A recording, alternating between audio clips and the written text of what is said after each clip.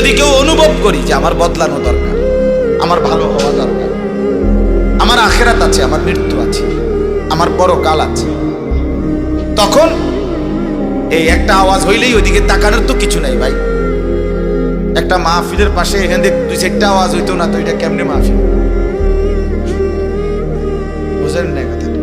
মাহফিলের আশেপাশে তো আওয়াজ হইবে, এই বন, বিড়ি, চা, বিস্কুট, চটপুড়ি, চিৎকার চেঁচামেচি, এর ভিতরে দিয়ে এই আখেরাত, এর ভিতরে দিয়ে আমি প্রথমেই বলছি না, এই যায় ঝামেলার দুনিয়ার ভিতরে দিয়েই আপনি আমারে পথ কইরা জান্নাতের দিকেই যাইতে হবে। আমি আলগা দুনিয়া কই পাবো? কথা বলেন না, আলগা দুনিয়া পাইবেন কোথাও? বলে না এমন একটা দুনিয়া আমারে দেন আল্লাহ, চোর ডাকাত কেউ নাই, বালা সব বালা। তো সব বালা হইলে আর এটা দুনিয়া, কিন্তু এটা তো জান্নাত। এই জন্য এর ভিতর দিয়েই গাফেল ফালতু এই মানুষগুলোর ভিতর দিয়েই আমাকে আমার পথ করে নিতে হবে, আমাকে আমার গন্তব্যে যেতে হবে। তা আমি বললাম আমাদের পরিবর্তনের, জীবন গঠনের একটা বড় উত্তম সুযোগ, পরিবর্তনের একটা দারুণ চান্স মাহে রমজান। মাহে রমজান একদম হাতছানি দিচ্ছে। চাঁদ উঠলো বলে রমজান আর কাছাকাছি, আর একটা মাস নাই, শাবান মাস শুরু হয়ে গেছে। তার মানে আর পরবর্তী চাঁদ উঠবে, রমজানের চাঁদ শুরু। সামনের চাঁদ কিসের চাঁদ? আলহামদুলিল্লাহ। এখন দিবানিশি দিল থেকে 1 নম্বরে দোয়া করেন যে আল্লাহ এত কাছে এনে বঞ্চিত করিয়েন না, মাহরুম করবেন না, রমজান পর্যন্ত হায়াত পৌঁছায় দেন। বলেন আমিন। 2 নম্বরে মাহে রমজানকে কদর করেন, 5 ওয়াক্ত নামাজ জামাতের সাথে পড়ার সিদ্ধান্ত নেন। রাত্রিবেলা 20 রাকাত তারাবি পূর্ণ ইহতিমামের সাথে পুরা মাস পূর্ণ 20 রাকাত তারাবি গুরুত্বের সাথে আদায় করবার জন্য সিদ্ধান্ত নেন। 8 রাকাত না, 20 রাকাত তারাবির নামাজ, শুধুই 20 রাকাত। 8 রাকাত 12 রাকাত কোনো তারাবি নাই। কাউর আপনি আমার বুদ্ধি দিতেন যাইয়েন না স্যার, কারণ আমি ফেসবুকে পাইছি না, আমি ফেসবুকে পাইছি না, আমি টানা 12-14 বছর মাদ্রাসায় পড়ছি। আপনি আমার বুদ্ধি দিয়ে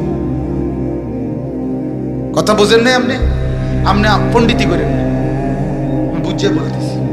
ঘাস খাইয়া চিরা চাবাইয়া বড় হয়েছে, চুরি করিয়া ফাঁস করছি না, পড়ালেখা করছি। কাজেই খামখেয়ালি করবেন না, খামখেয়ালি। ফেসবুকে পাইছি, মোবাইলে পাইছি, অমুকে বলছে তমুকে বলছে, এটা কোনো কথা? তারাবির নামাজ শুধুই 20 রাকাত। কয় রাকাত? আবার বলেন, আবার বলেন, জোরসে বলেন, আরো জোরে। জোর হলো না, সবাই মিলে এক আওয়াজে। হ্যাঁ, 20 তারাবির নামাজ শুধুই 20। 8 রাকাত নফল নামাজ, 12 রাকাত নফল নামাজ।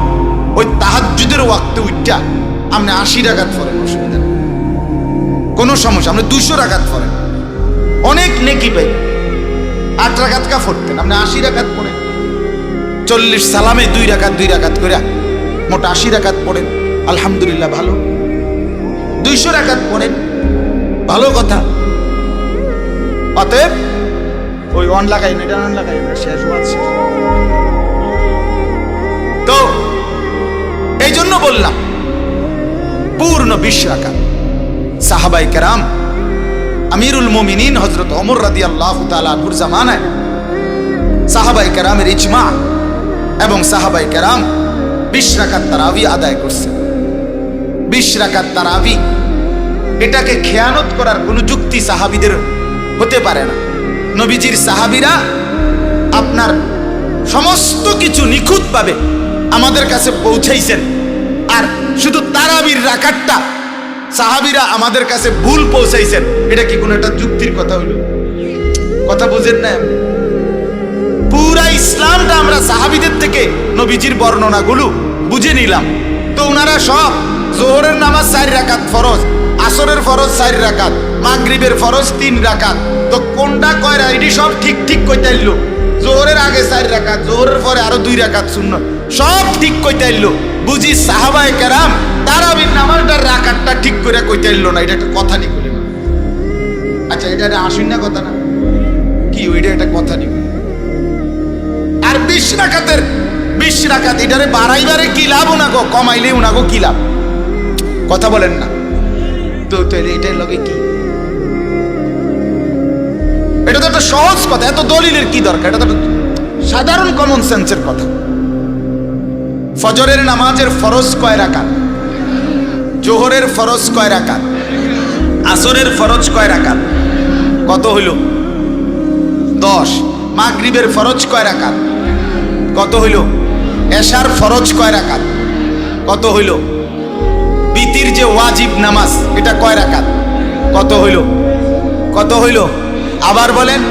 আচ্ছা, হাদিসের মধ্যে আছে নবী সাল্লাল্লাহু আলাইহি ওয়াসাল্লাম বলেন, ফরজ এবং ওয়াজিবের মধ্যে যদি ত্রুটি হয় তাহলে সুন্নত নফল দিয়া সেই ঘাটতিটা পূরণ করা হয়। তো আল্লাহ তাআলার একটা টার্গেট কোরআনে আল্লাহ বলে দিছে, লাআল্লাকুম তাত্তাকুন।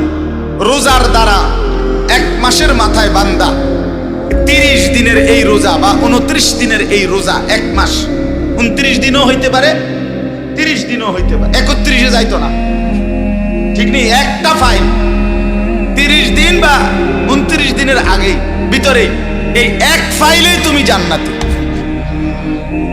লাআল্লাকুম তাত্তাকুন, তোমারে মুত্তাকি বানাই দেব 1 মাসে। আর যে মুত্তাকি সে জান্নাতি, যে মুত্তাকি সে কি?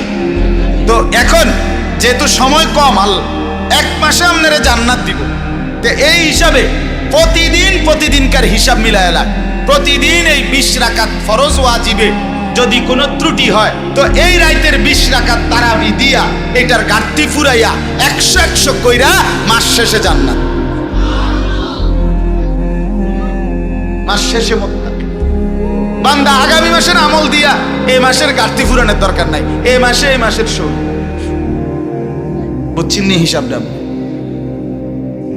এজন্য 20 রাকাত তারাবি এটাই যুক্তিযুক্ত,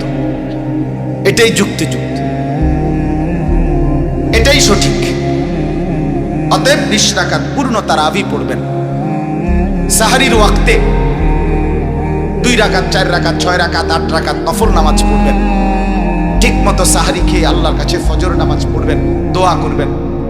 সারাদিন 5 ওয়াক্ত নামাজ পড়েন, কোরআনুল কারীম বেশি বেশি তেলাওয়াত করেন, এবং যাদের কোরআন অশুদ্ধ, সূরা কেরাত অশুদ্ধ ঠিক করেন। এবং সবচেয়ে বড় কথা হলো পুরা রমজানটাকে গুনাহমুক্ত, আল্লাহর নাফরমানি, অশ্লীলতা, বেহায়াপনা, চুরি, ডাকাতি, জিনা, ব্যভিচার, মদ, জুয়া, নাচ, গান, মোবাইলের অস্থির ছবি, অসভ্যতা, মা বোনদের বেপর্দা, বেহায়া জিন্দেগি, এর থেকে নিজেকে ফেরান। আমার বাপ দেখবেন ভালো হবে বাপ। নবী সাল্লাল্লাহু আলাইহি সাল্লাম রমজানকে খুব কামনা করতেন। সমস্ত আউলিয়া, বুজুর্গ, সাহাবায়ে কেরাম রমজানের জন্য ভীষণ আকাঙ্ক্ষা করতেন। ফাফসাহু ইয়াফসাহিল্লাহু লাকুম, তুমি প্রশস্ত করে দাও জায়গা, বান্দা আমি তোমাকে প্রশস্ত জায়গা দেব। অনেক বড় ফজিলত। বুখারী শরীফের হাদিসে আছে, নবী সাল্লাল্লাহু আলাইহি ওয়াসাল্লামও বলছেন, মান রাআ ফুরজাতান ফাজালাসা ফিহা ফাকাদ আওয়া ইলাল্লাহ। যে ব্যক্তি কোনো দ্বীনি মজলিসে ফাঁকা জায়গা দেখলো, ফুরজাতান শব্দের অর্থ হলো ফাঁকা জায়গা, খালি জায়গা, শূন্য জায়গা, অতঃপর নিজে পূরণ করে বসলো, নবীজি বলেন সে যেন আল্লাহ তাআলার ঠিকানায় পৌঁছে গেল। তাহলে এই সুবহানাল্লাহ শুধু বলার জন্য না, মানে আটটু আজ্ঞানের জন্য। সুবহানাল্লাহ বলিয়ে তো বুঝলেন, বুঝিয়ে দায়িত্ব দিলেন কারে? আরেকবার নড়েন, আরো একটু জায়গা হবে, ও আসেন আরেকটু আগান, আরো জায়গা আছে, আমার বুঝ আছে না? হ্যাঁ জায়গা আছে, মাশাআল্লাহ। কথাটা গুরুত্ব দেন। যে শুনলেন না তো সে তো নবীজির কথা প্রত্যাখ্যান করলেন। আমার কথা কি এটা? একজন আলেমের জবান ব্যবহার হয়, কিন্তু কথা তো কার? আল্লাহর এবং রাসূলের। যেমন মসজিদের মুয়াজ্জিন, তিনি আজান দেন, তো মূলত তো মুয়াজ্জিনে আজান দেন, সে শুধু জবান ব্যবহার হয়, কিন্তু ডাকে মূলত আল্লাহ পাক নিজে। আহ্বান আল্লাহর। এজন্য কোরআন শরীফে আছে ইজা নুদিয়া লিসসালাহ, যখন তোমাদেরকে ডাকা হয় নামাজের জন্য, ডাকা হয় কর্মবাচ্য, অর্থাৎ আল্লাহর পক্ষ থেকে ডাকা হয়। লোকটা আল্লাহ বলছেন যে আমার, আমি ব্যবহার করছি তাকে মুয়াজ্জিন, কিন্তু আহ্বানটা মুয়াজ্জিনের। মুয়াজ্জিন ডাকতেছে আপনাকে নামাজের জন্য, না না, আল্লাহ ডাকতেছে। কথা বলেন না, কে ডাকছে? এটা কিন্তু গুরুত্বপূর্ণ, এটা বুঝের ব্যাপার। ব্যক্তির হিসাবে তার দামও নির্ধারণ, মানুষ আগে বুঝা লয় যে কে কইছে কথা। কথা বুঝছেন না? মেম্বারে কইলে যে দূর ওজন, চেয়ারম্যান কইলে আরটু বেশি ওজন, এমপি সাহেব বললে আরটু বেশি ওজন। ব্যক্তির অবস্থার আলোকে কথার ওজনও কি বাড়ে, কথার ওজনও বাড়ে। আপনি যখন বুঝলেন যে আল্লাহ ডাকছে, প্রকৃত মুমিন যে, তার কাছে এই কথার দাম অনেক বেড়ে যাবে, সত্যিকার অর্থে যদি মুমিন। আমি একটা ছোট্ট উদাহরণ শুনাই তো বুঝবেন। বুখারী শরীফের 2য় খণ্ডে আছে, আমি নিজেই হাদিস পড়াইছি ছাত্রদেরকে। মুতার যুদ্ধে, নবীজির জামানার একটা যুদ্ধ, যেই যুদ্ধে আল্লাহর নবী সাল্লাল্লাহু আলাইহি ওয়াসাল্লাম খ্রিস্টান বাহিনীর বিরুদ্ধে যুদ্ধ করার জন্য 3000 সাহাবী পাঠাইছিলেন। নবীজি নিজে যান নাই, যুদ্ধের কাফেলা পাঠাইছে। স্বেচ্ছাসেবক ভাই, তোমরা তো বাহিরের আওয়াজ কমাও, বাহিরে বাচ্চাদেরকে সরাও এখানে। তো আরেকটা ছোট্ট অনুরোধ ফাঁকি দিয়া, আমার ভাই এই হাতে ধরা যাদের মোবাইল, দয়া করে এটা নামায় ফেলেন, মোবাইলটা আলগি দিয়ে, ভালো হবে আপনার, ভালো হবে। 1 ঘন্টা করে হিসাব করা, আপনি আমার দিকে তাকান, তাকাইয়া শুনেন, নিশ্চিত আমি বললাম আপনার উপকার হবে, আপনার ভালো হবে। মোবাইলটা জমাইয়া কোনো লাভ নেই, কোনো লাভ নেই। মোবাইলে 50,000 ওয়াজও যদি থাকে, আপনার জিন্দিগিতে যদি না থাকে, কোনো ফায়দা নেই। হাসরের ময়দানে ফেরেশতা মোবাইল জমা নিবে না, আমল নামা জমা নিবে। কথা বুঝেন নাই? এটা জরুরি বাপ।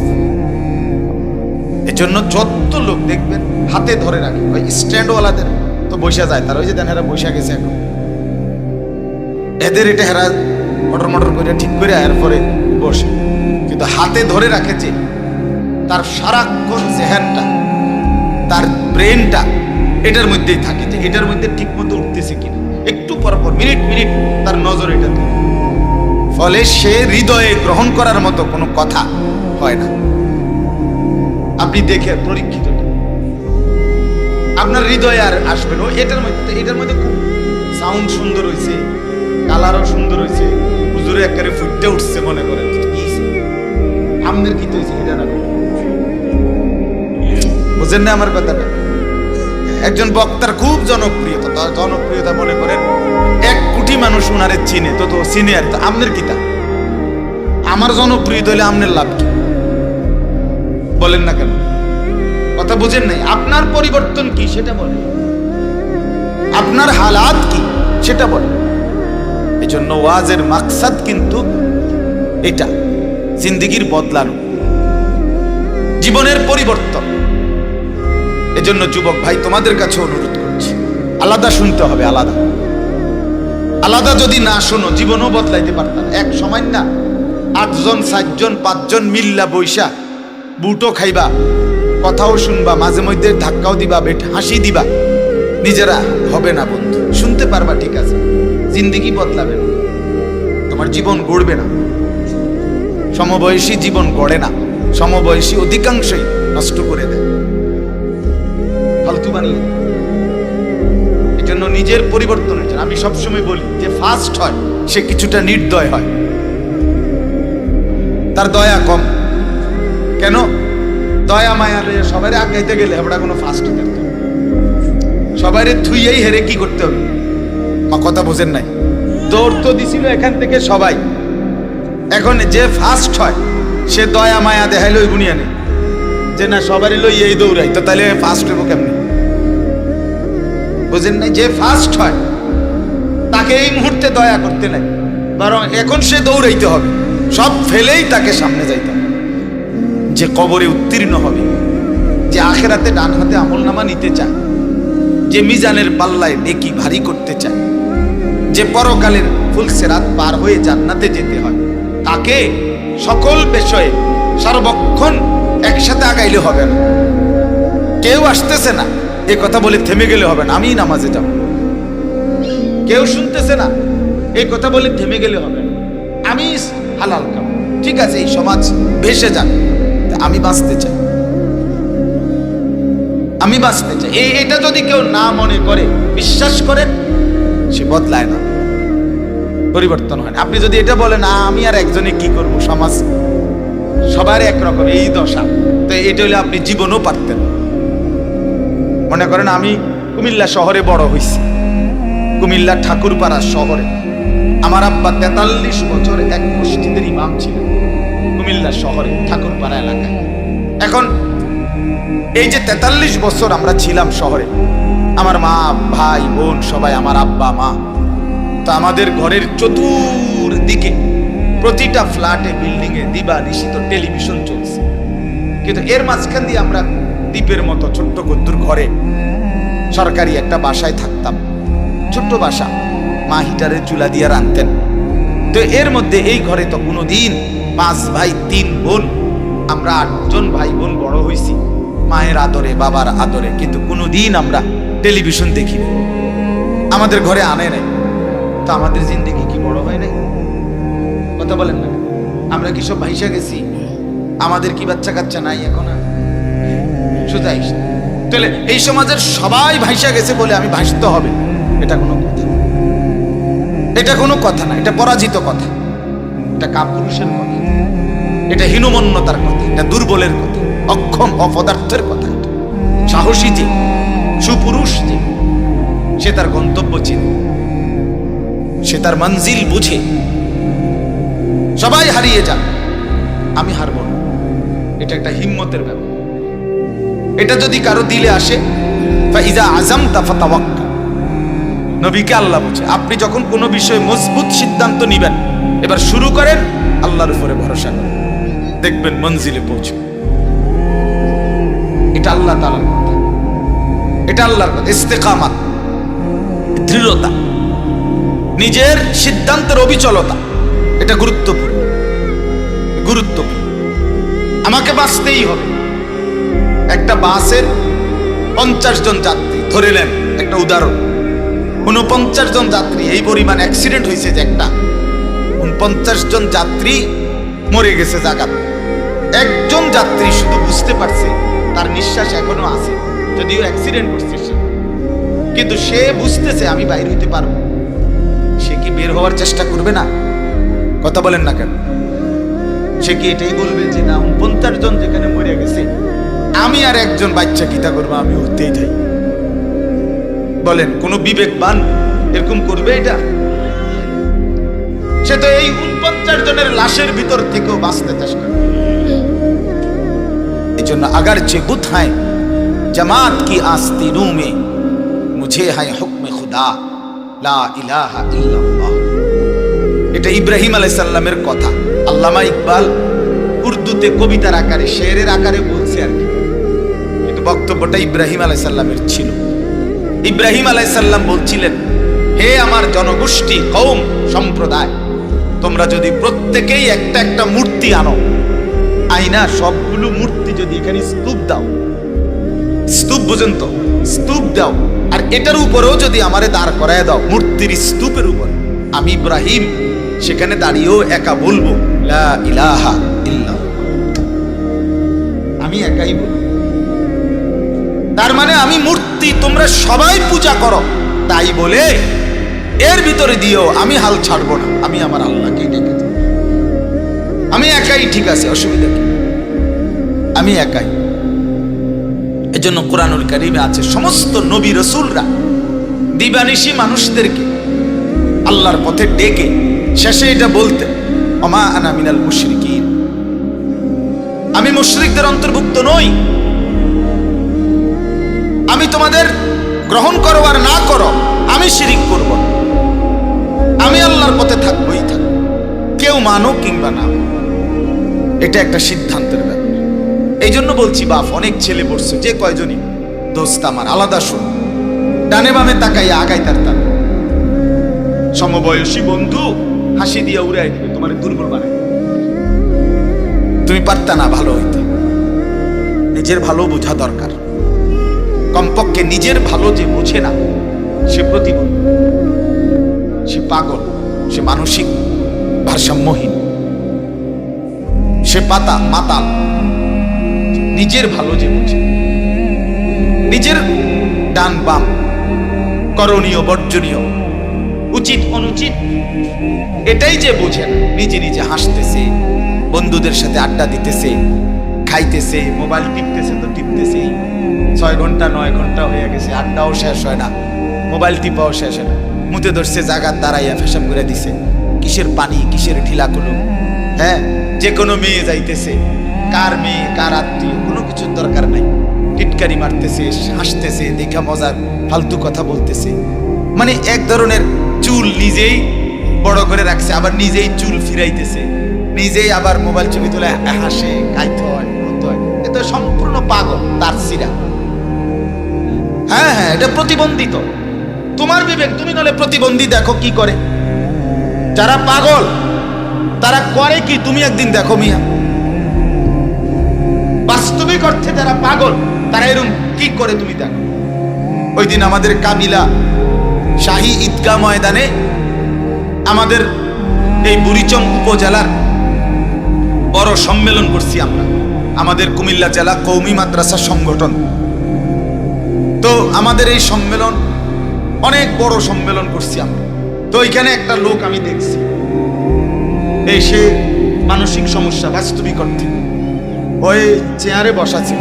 আমাদের মাহফিলের আয়োজনের প্যান্ডেলের পিছনে আমরা আমাদের ওই সার্বিক কার্যক্রম পরিচালনার জন্য আরেকটা ছোট রুম করছিলাম, জায়গা, মানে এটার মধ্যে থেকে আমরা কন্ট্রোল রুম আর কি মাহফিলের। ওইখানে ফোলাটা বসা ছিল, 30 বছরের কম হবে না বয়স, 28-30, একটা চেয়ারে। ওই আয়োজক মাহফিলের আমি তো আমি দেখছি অনেকবার ছেলেটার দিকে তাকাই, হে কি করে, হে একবার দেখে হাসে, একবার এমন করে কি যেন বুঝায়, আবার এরকম হাত উঠায়, আবার নিজে নিজে দাঁড়ায়, আবার বসে, আবার সোফাটার একবার এই পাশে দাঁড়ায়, আবার একবার এই পাশে আসে। আহা, বুঝাই তো গেল সে অসুস্থ। ঠিক কিনা বলেন না কেন? তাহলে প্রতিবন্ধী এমন, মানসিক ভারসাম্যহীন লোক এমন হয়। বাপ, তুমি বিবেক খাটাইলে এটা বুঝতাম। কে তোমার এই বুদ্ধি দিল যে তোমার চুল বড় করো, আবার নিজের চুল নিজেই ফেরাও বারবার বারবার? এটা প্রতিবন্ধী না? তুমি এই কথাটা বুঝলা না, যেটা আমি তো বড় রাখলাম, তা আমি আবার পিছনে ফিরাবো কেন?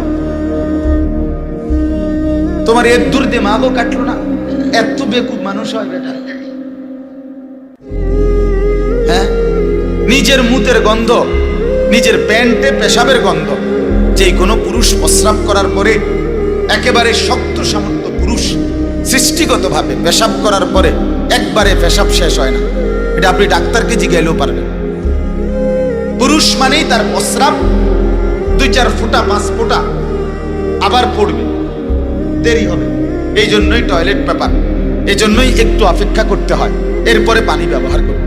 কারণ যেন ওই যে 3-4 ফোঁটা যেটা থেকে গেল, এটা টয়লেট পেপার শুষিয়ে নেয়, তাইলে সাফ হয়ে যায়।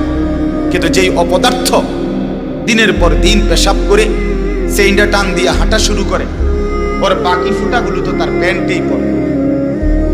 হাসো না ভাইয়া, হাসো না, হাসলেই তো বুঝে গেল তুমি অসুস্থ। তোমার লজ্জা শরম কম দেখেই তো হাসলো।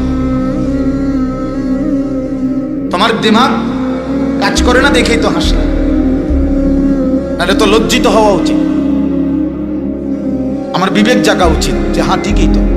তাইলে সারাদিনে কেউ যদি 10 বার পেশাব করে, আর প্রতিবারে যদি 5 ফোঁটা করে পেশাব প্যান্টে জমা হয়, তাহলে 50 ফোঁটা। 50 ফোঁটা পেশাবের তো অনেক গন্ধ, দুর্গন্ধ। এতগুলো দুর্গন্ধ প্যান্টে থাকার পরেও এখানে প্যান্ট, এখানে নাক, এত কাছাকাছি নাকে, যার নিজের নাকে নিজের প্যান্টের দুর্গন্ধ, মুতের গন্ধ লাগে না, অনুভব হয় না, এ তো অসুস্থ ছাড়া আর কিছু না।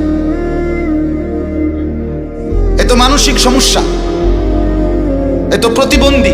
প্রতিবন্ধীরা এমনই হয়, যার কাছে পেশাব পায়খানা, যার কাছে পাক না পাকের কোনো কি থাকে না, পার্থক্য থাকে না। এজন্য সাফ বললাম না। কি পড়ছো নিজের বিবেককে বলো। বাংলা অঙ্ক ইংরেজি পড়ছো, শিক্ষিত হচ্ছ, বাংলা অঙ্ক ইংরেজি আমরাও পড়ছি। কুমিল্লা ভিক্টোরিয়া কলেজ থেকে আমি মাস্টার্স পাস করছি। হ্যাঁ, সরকারি আলিয়া মাদ্রাসা থেকে কামিল পাস করছি, কওমি মাদ্রাসা থেকে দাওরায়ে হাদিস পাস করছি। ইংলিশ স্পিকিং কোর্সে 1 নাম্বার হয়েছে, এটা পড়ছি। এটা আমারে বুঝান লাগবে। আমি বুঝাইতে চাচ্ছি তোমার দিমাগ, আকল কোথা, বিবেক কোথা, সাধারণ ন্যূনতম সেন্স আমার তো কাজ করা উচিত। কি আমি এত 6 মাসের একটা বাচ্চাও তো পেশাব করে কাইন্দা দেয়, চিৎকার শুরু করে, তার মা এসে তার হাফ প্যান্ট বদলায়, নতুন হাফ প্যান্ট পরা। হ্যাঁ, পেশাবের দুর্গন্ধ থেকে বাঁচার জন্য, পেশাব থেকে বাঁচার জন্য কত অত্যাধুনিক প্যাম্পার্স এখন বাচ্চাদেরকে পড়ানো হয় না? তো এটা এর দিমাগ নাই যে প্রস্রাব করে পানি নেয় না, তো সরাসরি কুত্তার স্বভাব। এ তো কুত্তার স্বভাব, এ তো হাইওয়ান জন্তু জানোয়ারের স্বভাব, এ তো সুস্থ কোনো মানুষের স্বভাব হইতে পারে না। এজন্য বললাম আমি, বিবেক দরকার, অনুভূতি দরকার, দিমাগ দরকার, দিমাগ দরকার।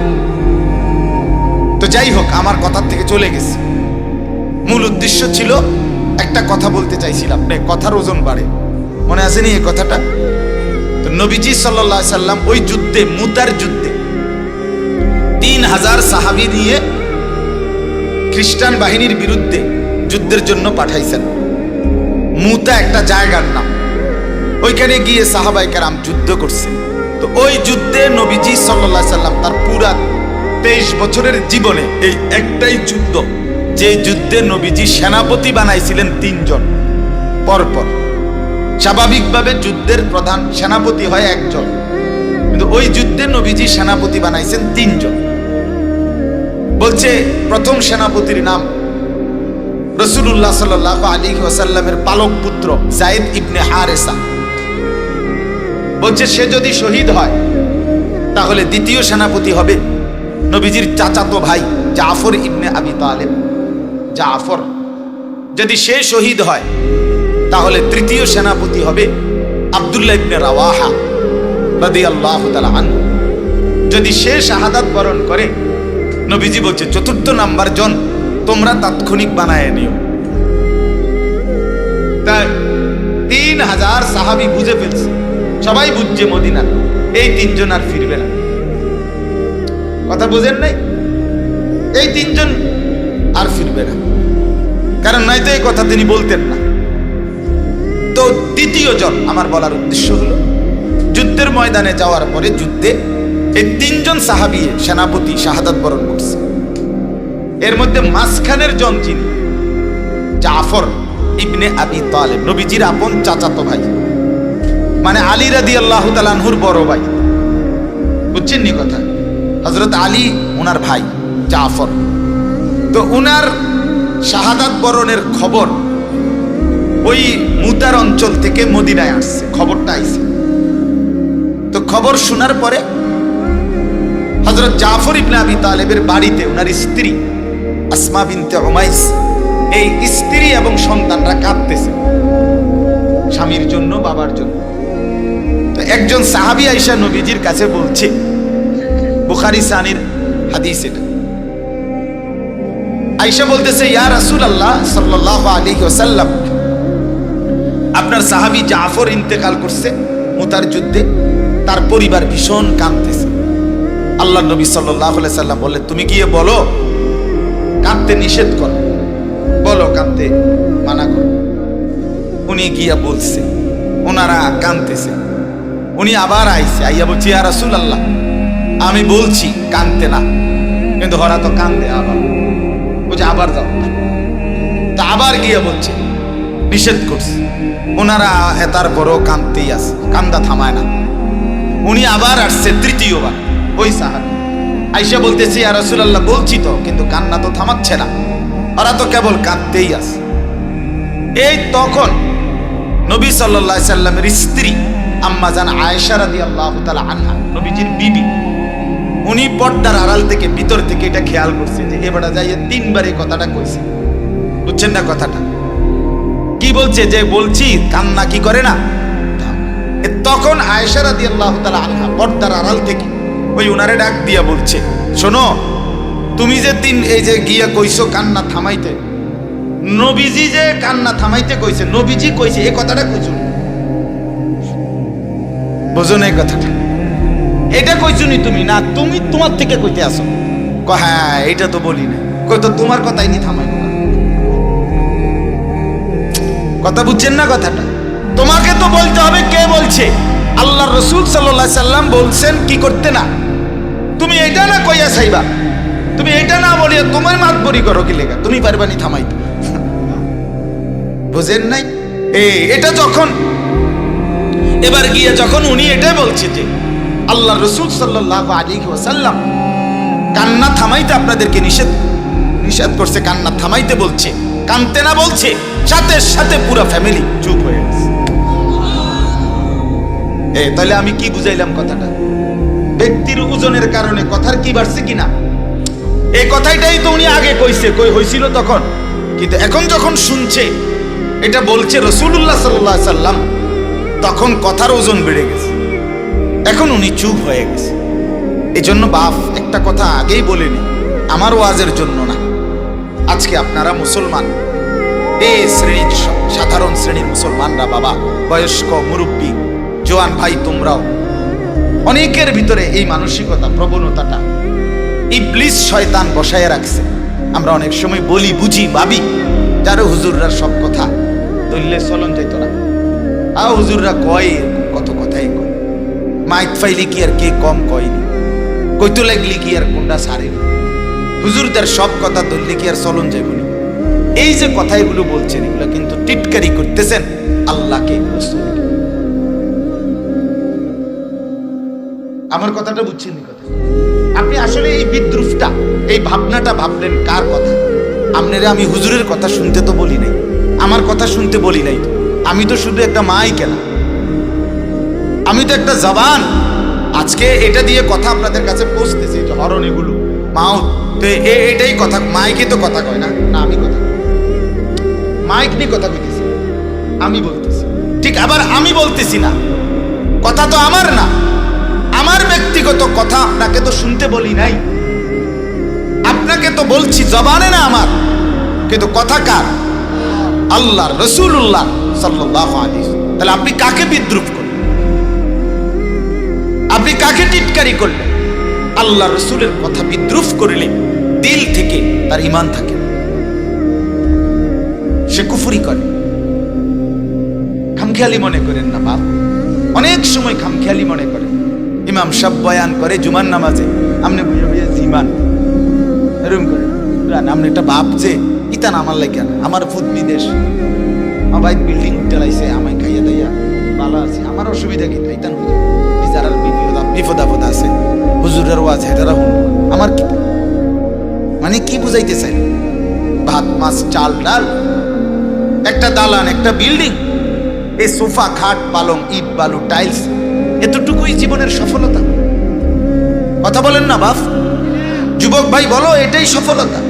একটা 10,000 টাকা দামের বড় মোবাইল আছে, আর কেউ তোমাকে কিছু বলে না, বাবাও তোমারে সাহস করে না, আপন মাও বলে না, পাড়া পড়শি কেউ কিছু বলে না, তুমি মন মতো খাচ্ছ, ঘুমাচ্ছ, সারা রাত উলঙ্গ ছবি দেখতেছ, নর্তকীর নাচ, জিনা, ব্যভিচারের দৃশ্য দেখতেছ, যা মন চায় তাই করতেছ, এটা সফলতা না, এটা তো পরাজয়, এটা বরবাদি।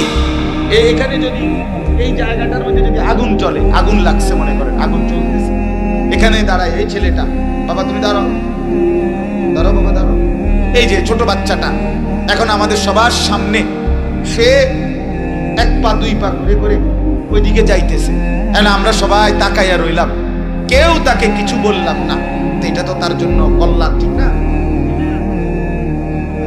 তার বাবাও দেখতেছে, তার মাও দেখতেছে, তার দেশের তার মুরব্বীরা, সমাজের সর্দার মাতব্বররা, এতটি মানুষ মিললে আমরা চাইয়া রইলাম, পোলাটা ওইদিকে যাইতেছে, আমরা সবাই তো কেউ কিছু না বলা এটা তার জন্য অনেক সুখের বিষয় না? এইটা বুঝে, এটা তো সে তো প্রতি কদম যাচ্ছে মানে আগুনের দিকে যাচ্ছে। তাকে যদি এই মুহূর্তে কেউ না ফিরায়, তাকে যদি সে যদি ফিরতে নাও চায়, তারে দুইটা থাপ্পড় দিয়ে হলেও ফিরাইতে হবে। ফিরাইতে হবে কিনা বলেন?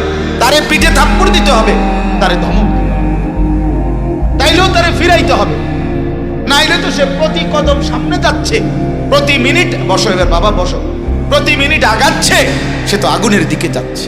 দোস্ত আমার, বন্ধু আমার, এই বন্ধুর কথা মনে রাখো।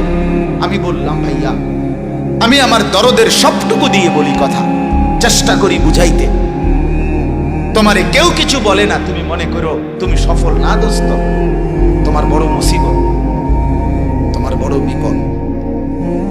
যখন দেখো কেউ কিছু বলে না তোমারে, আহা মা বাপ, তোমার এই বিকৃত চুল, তোমার এই অসভ্য জিন্দেগি, তোমার কথাবার্তার এই ঘাটতারামি, তোমার এই নোংরামির কারণে মা তোমারে আতঙ্কিত, বাস তোমার আতঙ্কিত, তোমারে বলতে সাহস পায় না। মনে রাখো, তুমি প্রতি কদম উলঙ্গ ছবি দেখছো, নাচ গান জিনা ব্যভিচার, এক ওয়াক্ত নামাজের সেজদা তোমার কপালে নাই। খোদার কসম, তুমি প্রতি কদম সামনে বাড়ছো, প্রতি মিনিট তুমি জাহান্নামের দিকেই যাচ্ছ। তুমি চালাক না, তুমি বেওকুফ, তুমি বুদ্ধিমান না, তুমি বুদ্ধিমান না। কেউ আগলায় না রাখলে জীবনে কোনোদিন সফল হয় না। কেউ না, কেউ না, লাগাম ছাড়া কেউ কোনোদিন জীবনে সফল হয় না। দুনিয়ার লাইনে হোক, দুনিয়ার একজন সিএনজি ড্রাইভার যে গাড়ি চালায়, তাকে জিজ্ঞাসা করেন, সে যখন প্রথম যেই উস্তাদের কাছে গাড়ি চালানি শিখছে, সে তার বহু থাপ্পড় চটকনা কি করছে? আপনি জিগান। যে সেলুনের দোকানে চুল কাটে নাফিদ, তারে জিগান। আমার এক নাফিদ একদিন কইছে, হুজুর আমি যার কাছ থেকে কি শিখছি, চুল কাটার কাজ শিখছি, উনি আমারে বহুদিন খুর দিয়া আমার আঙ্গুলের মধ্যে ফুঁস দিয়া লাগছে। ভুল করছি, আরে যখনই ভুল করছি আমি অনেকবার বেন্ডিস করতে হয়েছে, এরপরে শিখছি। কথা বুঝছেন কিনা? খামখেয়ালি মিয়া। আজকে মা বাপ আপনারা হাল ছেড়ে দিচ্ছেন।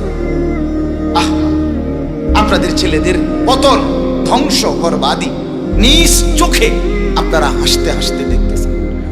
আপনাদের ছেলের চুলের সাথে নিজের বাবার, বংশের, দাদার, ঐতিহ্যের, পূর্বপুরুষের, আল্লাহর রসুলের, কোরআনের, হাদিসের কিচ্ছুর সাথে কোনো মিল নেই।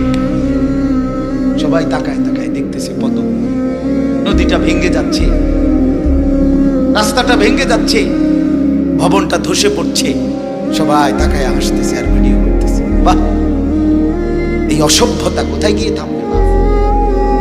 এই নোংরামি কোথায় গিয়ে থামবে? আমি নিজে দেখছি একদিন গৌরীপুর স্টেশনে একটা পুরাতন বাস আগুন লেগে গেছে। আগুন লাগছে, আগুনে জ্বলতেছে বাস।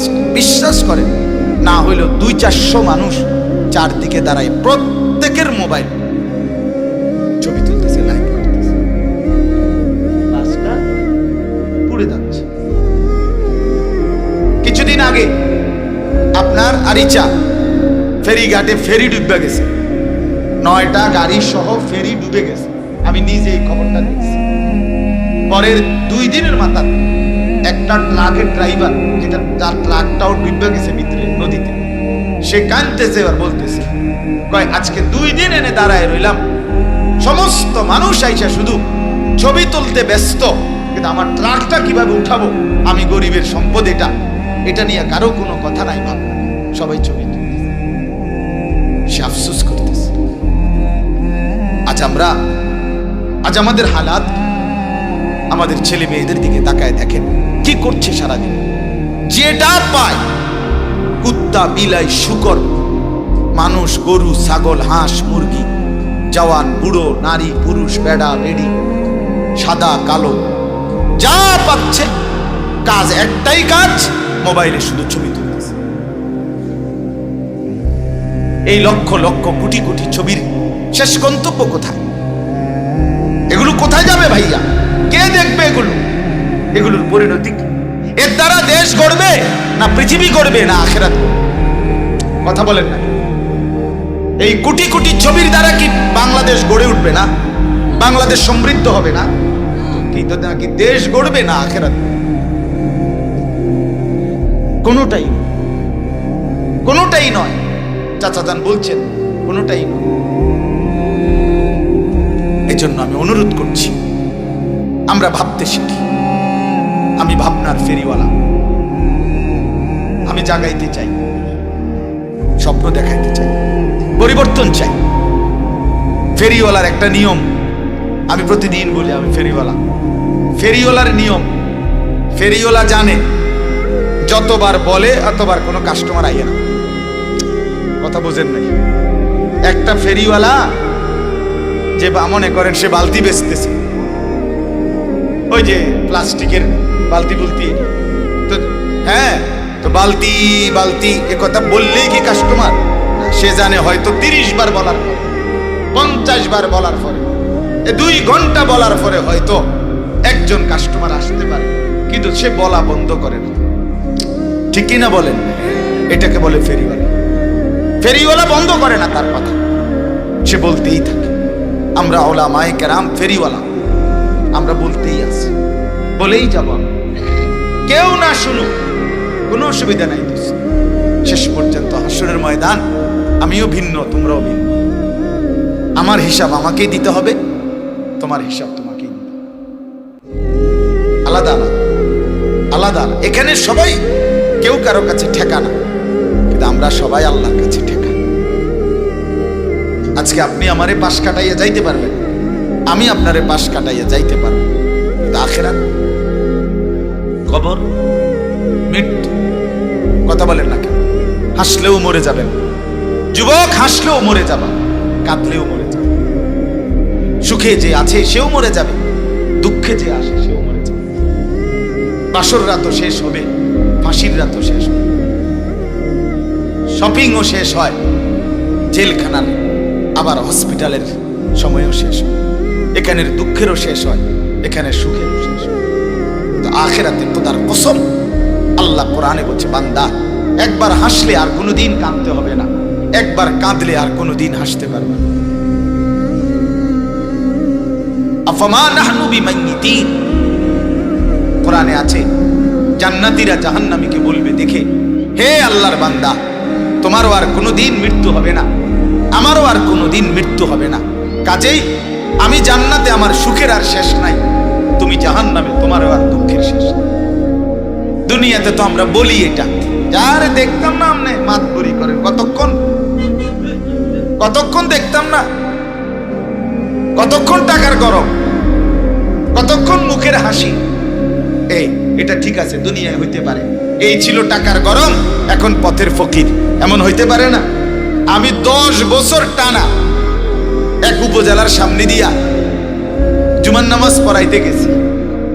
এই উপজেলার মেইন যে জায়গাটা, 0 পয়েন্ট, মানে উপজেলার মেইন যে জায়গাটা, 4 রাস্তার মোড়, এর আশেপাশে প্রতিটা ভবন, বিল্ডিং এ, দালানে, ওয়ালে, ব্যানারে, ফেস্টুনে 10 বছর ধরে যার ছবি দেখছি, একটা কোনা বাকি ছিল না।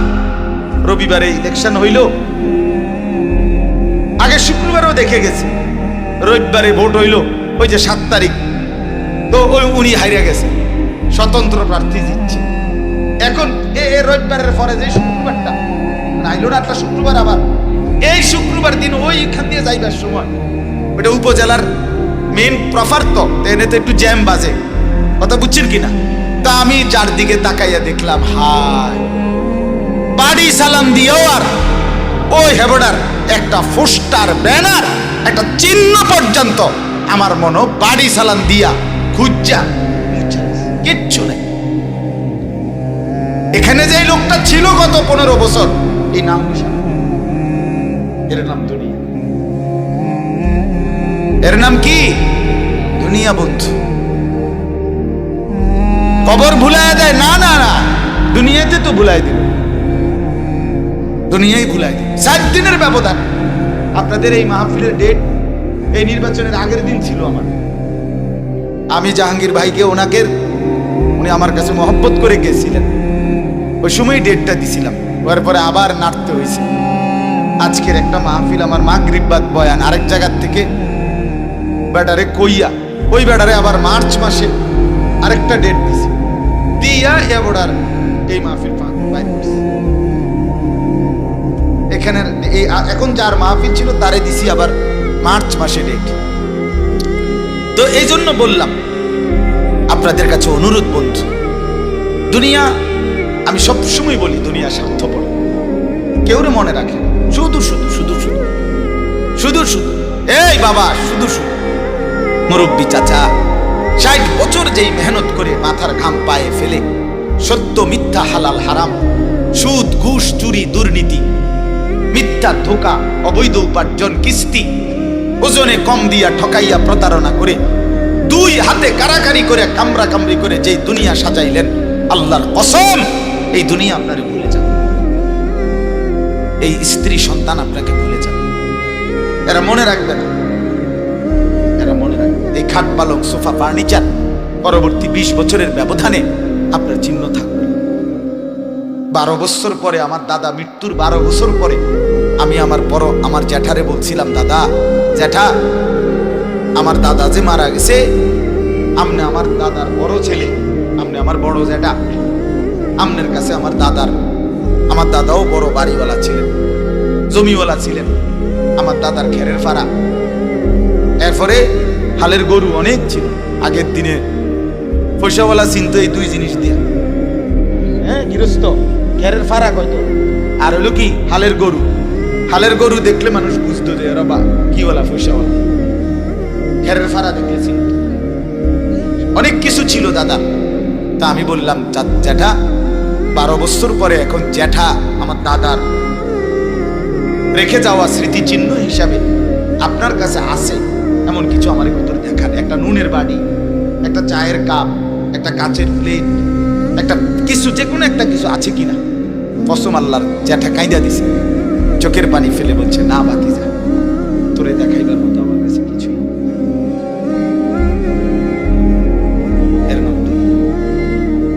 এর নাম কি?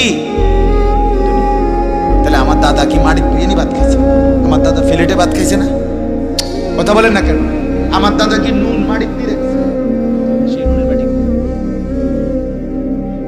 সেই প্লেট কোথায়? দুনিয়া মনে রাখে না, দুনিয়া মনে রাখে না, শুধু শুধু অনর্থক সুদের টাকা দিয়ে ছেলেটাকে বিদেশ পাঠাইল, অনেক বড় ক্ষতি করলেন, নিজেরও বড়। ভাই এমনি ভালো কামাই করতে পারত, আপনি তারে হারামের টাকা দিয়ে তারে বরবাদ করে দিলেন, নিজেও বরবাদ হলেন। কিস্তির টাকা দিয়া খাট পালং ফার্নিচার বানাইলেন, অনেক বড় ক্ষতি করে ফেললেন পরিবার। এটি ছাড়াও তারা ধীরে ধীরে, হয়তো একটু সময় লাগতো, হয়েই যাইত, আপনি অনেক বড় ক্ষতি করেন আজীবনের জন্য, দীর্ঘদিনের জন্য। তাদেরকে হারামের সাথে জড়ায়, নিজেও নষ্ট হইলেন, তাদেরকেও নষ্ট হইলেন, ক্ষতি করে ফেললেন, অনেক বড় ক্ষতি করলেন। আমার আব্বা 2015 সালে ইন্তেকাল করছে, ফ্যামিলিতে তেমন কিছু রেখে যায় নাই, কিন্তু পরবর্তী 9 বছরের ব্যবধানে আমরা 5 ভাই এই সংসারের যা দরকার আলাদা আলাদা ঘর করছি, আলাদা আলাদা খাট পালং ফার্নিচার সবই হয়েছে, এমন অসুবিধা হয় না। কিন্তু বাবা 5 ছেলেকেই আলেম বানায় গেছে। বিনিময়ে এখন কি লাভ হয়েছে? এখন 5 জনই কোনো না কোনো মসজিদে জুমা পড়ায়, মাদ্রাসায় পড়ায়, কিছু 2-4 শব্দ আল্লাহর কথা বলে।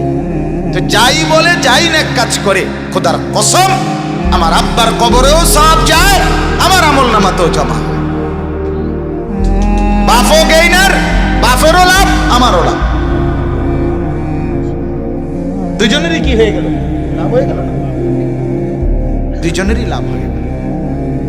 আর দুনিয়া, দুনিয়া আমার বাপ ছাড়াও আমি কিনছি, আমারও সোফা, খাট, বক্স খাট, ফ্রিজ, 2টা ফ্রিজ আছে আমার, আসার কিছু এটি লেগে এত মিশা কথা কোন লাগে না। সোফা এক সেট বানাইতে আপনার এই 60-70 হাজার টাকা লাগে, এটার লেগে এত বাটফারি করুন লাগে, এত সিটারি করুন লাগে না বেটা, এত মিথ্যা কথা বলতে হয় না। 3টা খাট বানানোর লেগে এত মিথ্যা কথা বলতে হয় না। টাইলস লাগানোর জন্য এত মিথ্যা কথা বলতে হয়? এত চিটারি লাগে না মিয়া? আমরা ভুল করছি। আমরা হায়াত, আমরা আমাদের জিন্দেগি, আমাদের সময় ইচ্ছা করে অনর্থক না বুঝে অবহেলায় শেষ করে দিলাম। আজকে আপনাদের কাছে আমি কোরআনুল কারীমের 2 নম্বর পারা, 2 নম্বর সূরা, দ্বিতীয় পারার দ্বিতীয় সূরা, সূরা বাকারা, এই সূরার 185 নম্বর আয়াতের অংশ বিশেষ তেলাওয়াত করছি। একটু অংশ, মূলত খুব গভীর তাফসীর করা এটা আমার উদ্দেশ্য, শুধু একটা অনুভূতি জাগানো উদ্দেশ্য। এই অনুভূতি জাগাইবার জন্য এতগুলো সময় কথা কইলাম। মূল অনুভূতিটা হলো